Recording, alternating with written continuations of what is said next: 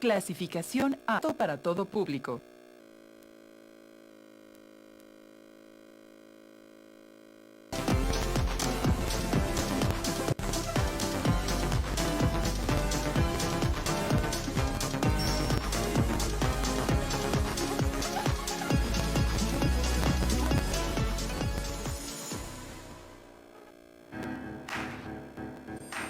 Secundaria segundo grado.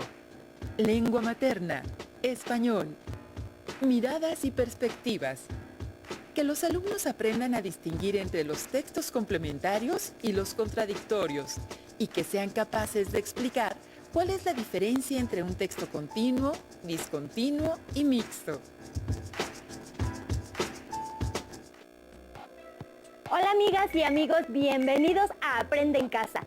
En esta sesión abordaremos contenidos de la asignatura Lengua Materna Español, de segundo grado de secundaria. ¿Cómo están? Espero muy bien. Efectivamente, en esta ocasión aprenderemos a distinguir entre los distintos textos que existen. Pero antes de entrar en materia, queremos recordar que la mejor manera de resolver esta contingencia es quedándonos en casa, reforzando nuestros conocimientos y conviviendo sanamente en familia. Recuerden que esta es una buena oportunidad para estudiar en el hogar, descansar, divertirse y prepararse para el momento en que regresen a la escuela, donde podrán compartir tanto sus experiencias como sus aprendizajes con sus maestros y compañeros. Ahora sí, manos a la obra, porque tal como les adelantamos hace unos momentos, nos enfocaremos en los distintos tipos de textos. El objetivo es que aprendan a comparar una variedad de textos sobre un tema y que sean capaces de explicar entre uno y otro. ¿Les parece? Vemos en qué consisten los textos continuos, discontinuos y mixtos. ¡Corre video!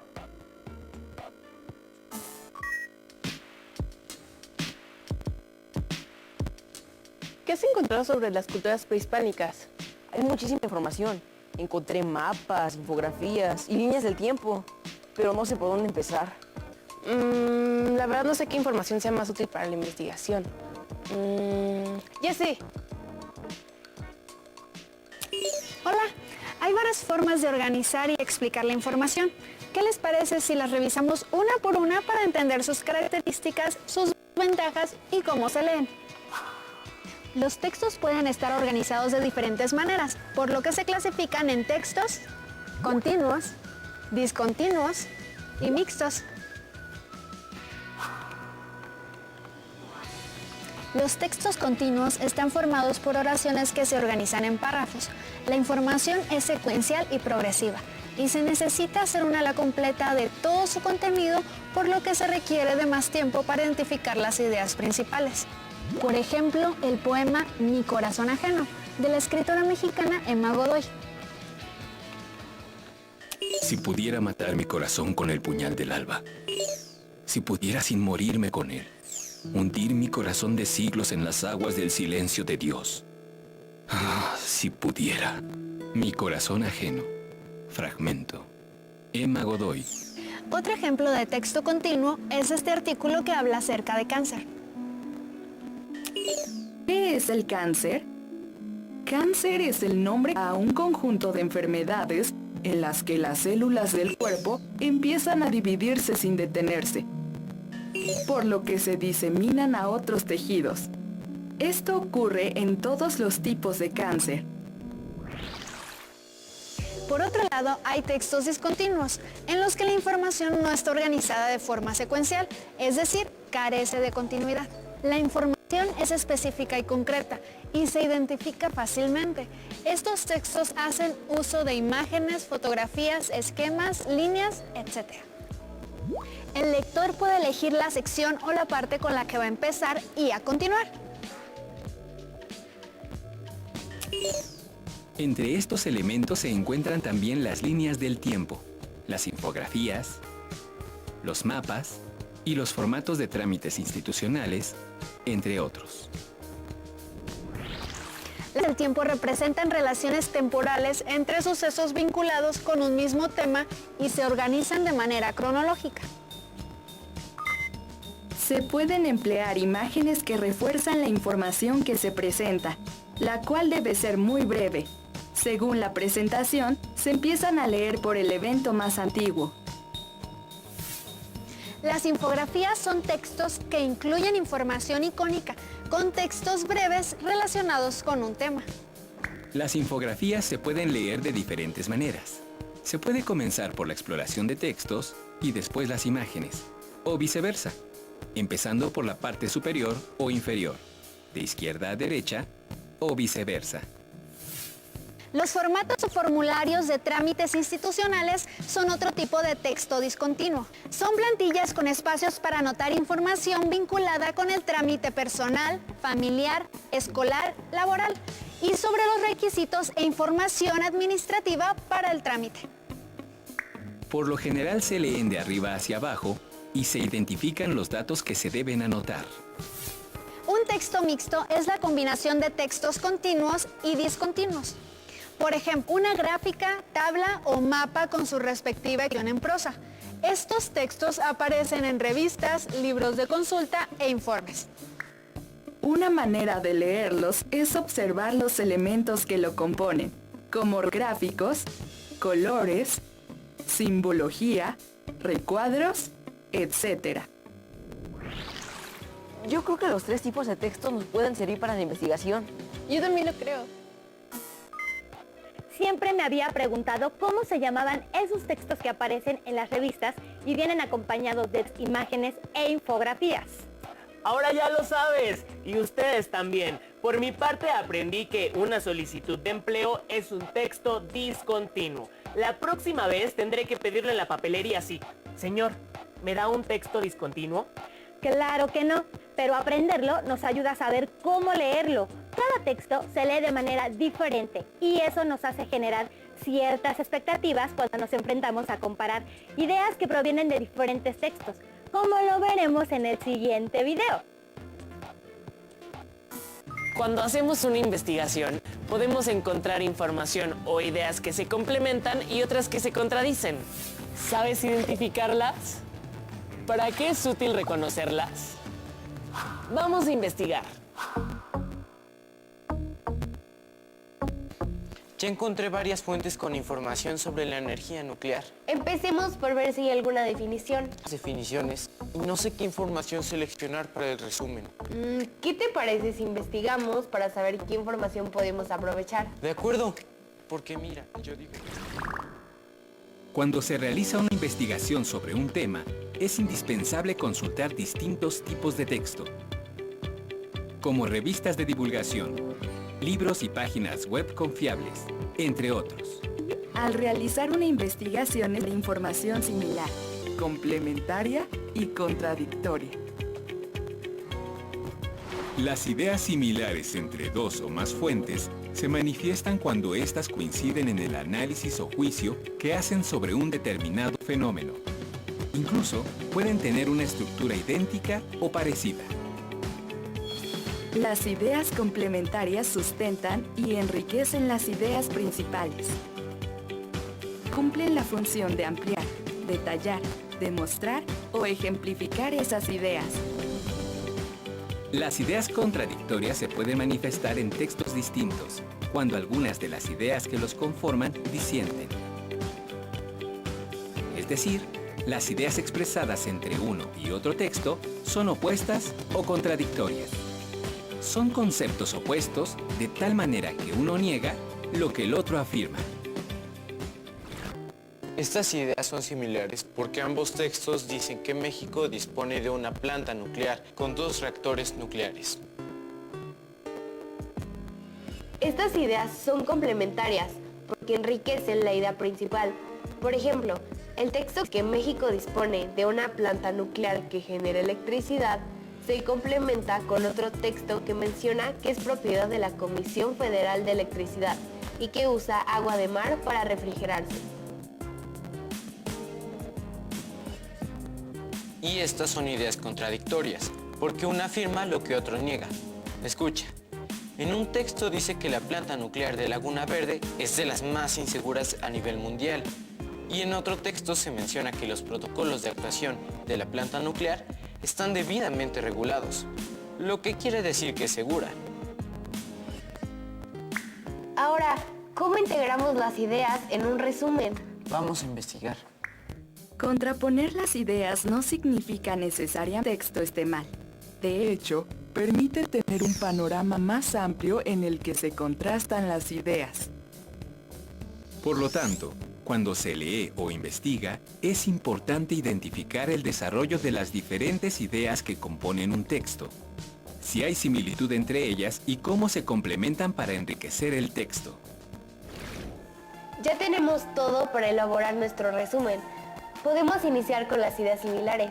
Agregamos información complementaria con datos de interés. Y por último, retomamos ideas contradictorias para enriquecer el texto y proporcionar argumentos para la reflexión y el debate. Sí, ¿sabes? Eso estaría muy bien, porque Qué importante es saber reconocer el tipo de ideas que nos presentan los textos cuando se hace una investigación.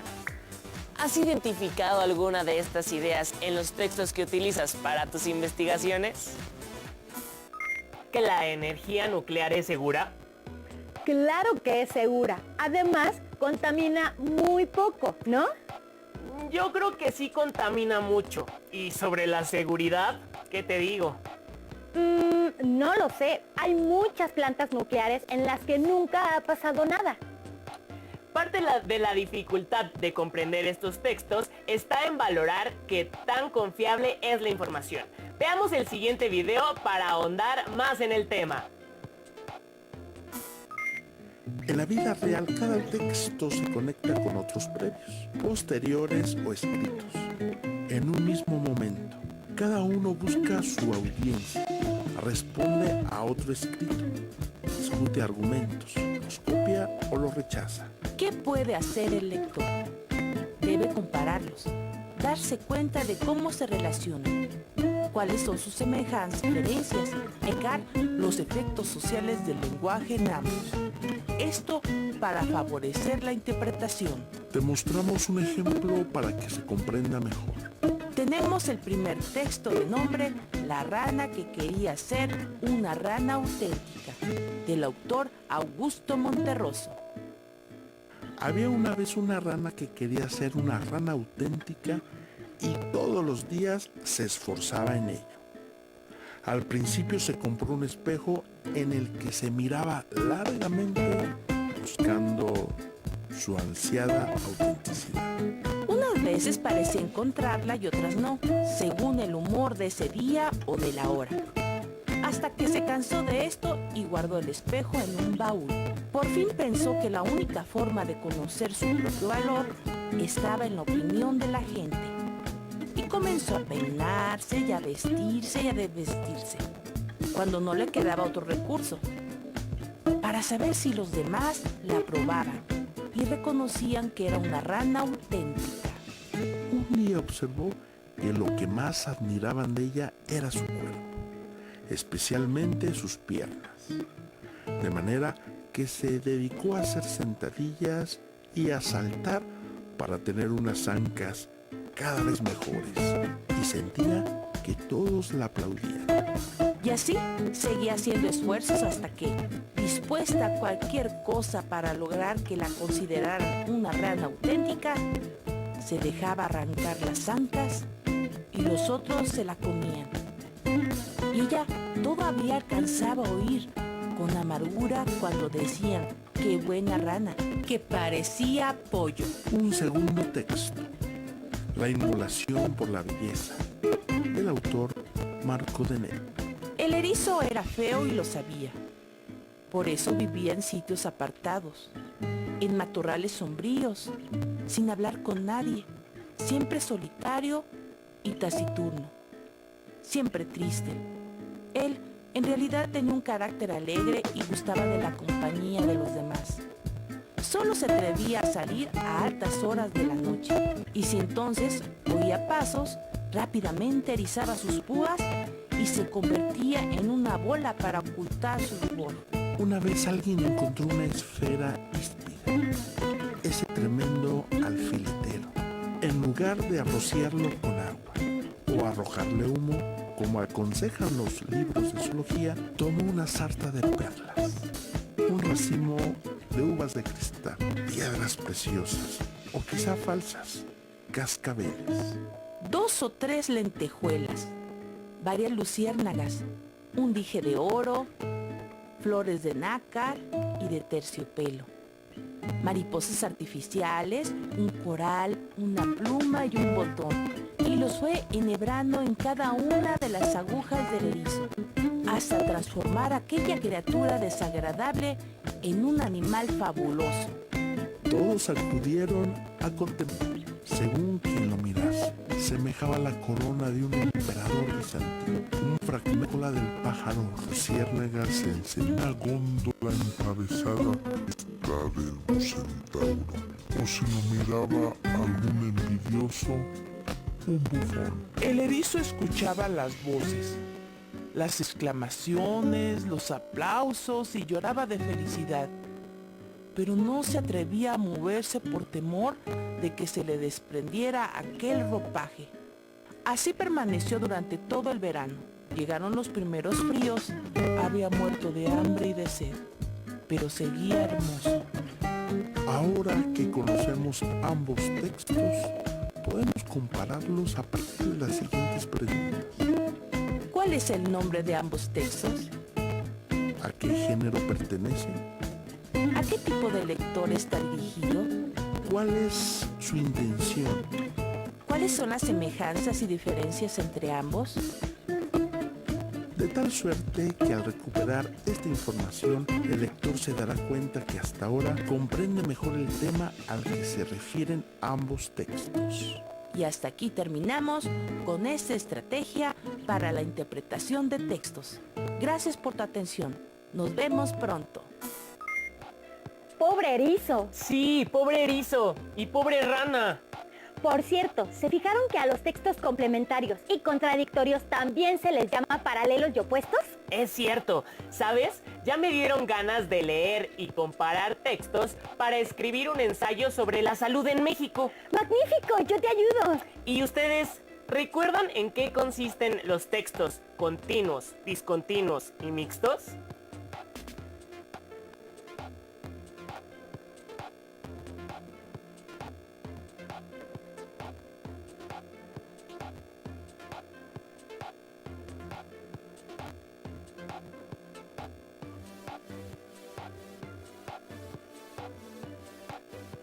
¿En qué se parecen y en qué se diferencian?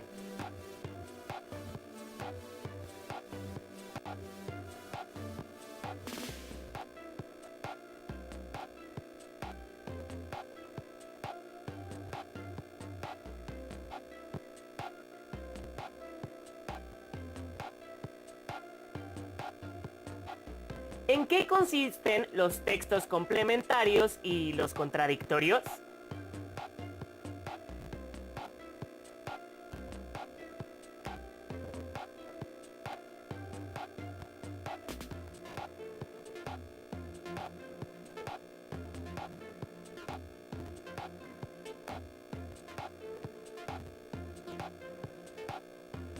¿Qué preguntas harían para distinguir entre ambos tipos de textos?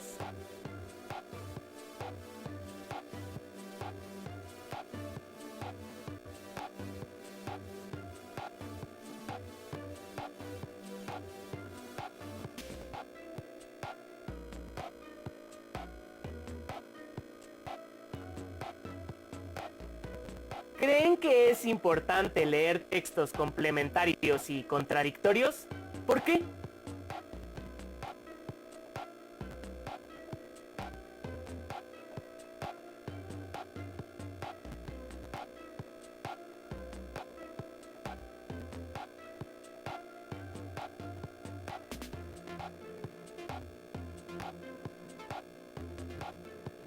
Los invitamos a que conversen con algún familiar o con alguno de sus amigos y amigas para recordar algún tema donde tuvieron que enfrentarse a información complementaria o contradictoria. Con base en ello, pueden escribir un resumen y guardarlo en su carpeta de experiencias, la cual podrán compartir con docentes, compañeras y compañeros a su regreso a clases. Así concluimos esta sesión. Los invitamos a que sigan pendientes de la programación de Aprende en Casa. ¡Hasta entonces!